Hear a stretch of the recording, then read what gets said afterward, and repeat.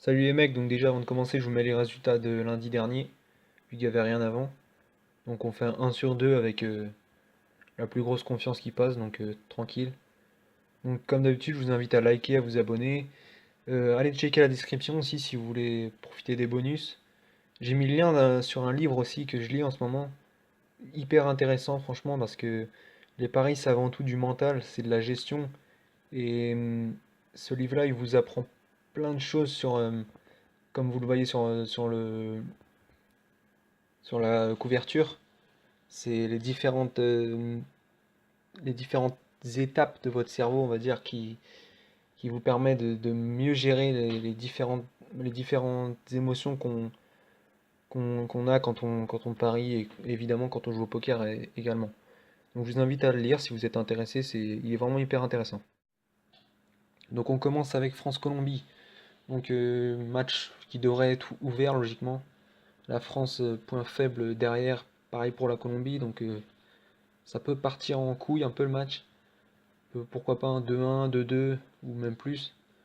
Je pense que la Colombie aura des occasions de marquer. Falcao revient de blessure, donc j'ai un petit doute sur le fait qu'il soit titulaire. Mais je pense. Il a marqué contre l'Espagne l'année dernière, il a marqué contre le Brésil en fin d'année dernière. Donc les derniers matchs avec l'équipe de Colombie, il était en forme. Il est coté à 3,30, je trouve ça énorme quand même. Étant donné que la France encaisse quand même pas mal de buts. 3,30, 0,5%, je pense que c'est un bon bet. En plus, je pense qu'il aura à cœur de faire un bon match, étant donné que c'est en France. Donc voilà, il est un peu chez lui.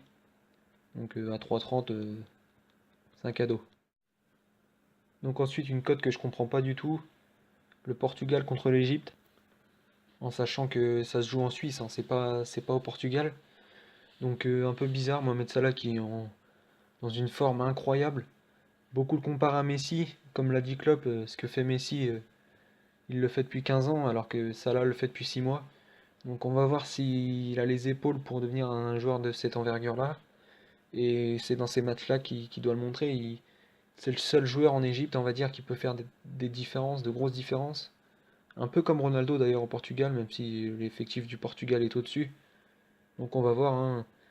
C'est dans ces matchs-là qu'il doit montrer qu'il est le grand joueur qu'il prétend être et qu'on l'estime en tout cas.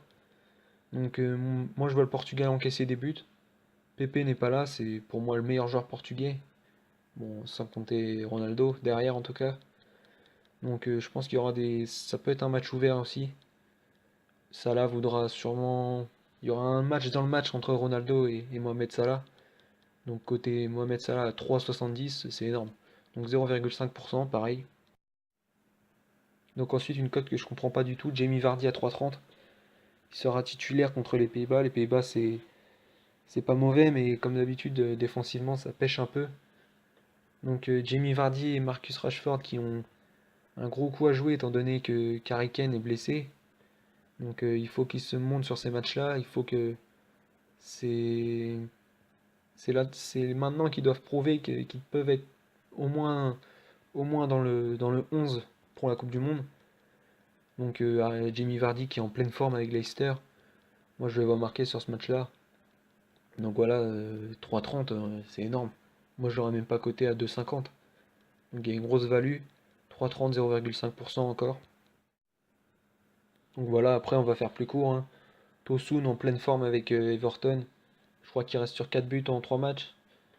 Voilà, il sera sûrement titulaire à la pointe de l'attaque contre l'Irlande. L'Irlande, c'est pas une mauvaise équipe, hein.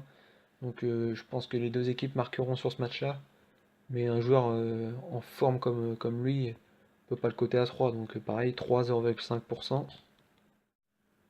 Ensuite, pareil pour Kramaric, 7 buts en 7 matchs avec Offenheim. Le match se joue à Miami, je crois. Donc reste à voir ils vont pas là-bas en vacances.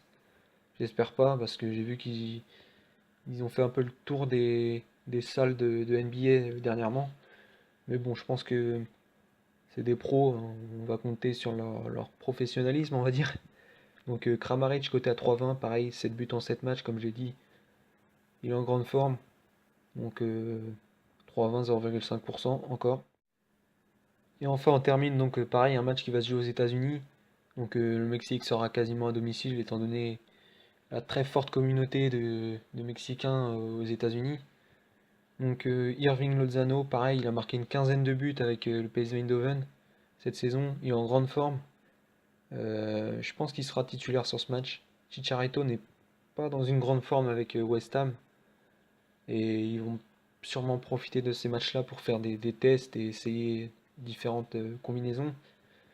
Donc pareil, il est en grande forme. Le Mexique, c'est une équipe qui joue très bien. Et l'Islande, c'est toujours un peu bizarre.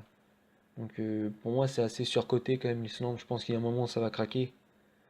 Et je vois le Mexique marquer au moins deux buts dans ce match. Donc s'il est titulaire, il y a une grosse value sur Lozano. Donc tous ces bêtes là en 0,5%. C'est tout pour aujourd'hui du coup. Donc n'hésitez pas à vous abonner, à partager comme d'habitude, liker, puis aller checker la description comme je vous l'ai dit, hein. Donc on se retrouve sûrement demain pour de la MLS, j'imagine. Puis sinon lundi ou mardi pour la suite des matchs internationaux. Allez, à plus les gars.